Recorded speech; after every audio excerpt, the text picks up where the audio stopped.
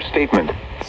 For the following counties in Indiana, Fountain, Park, and Vermilion, a strong thunderstorm will impact portions of southwestern Fountain, northwestern Park, and central Vermilion counties through 5 p.m. Eastern Daylight Time.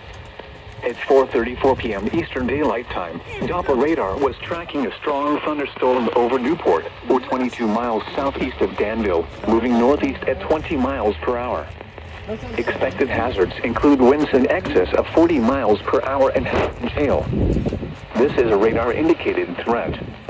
The following impacts are expected. Gusty winds could knock down trees around unsecured objects. Minor hail damage to vegetation is possible.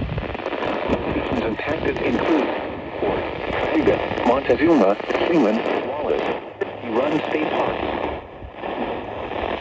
This includes 74.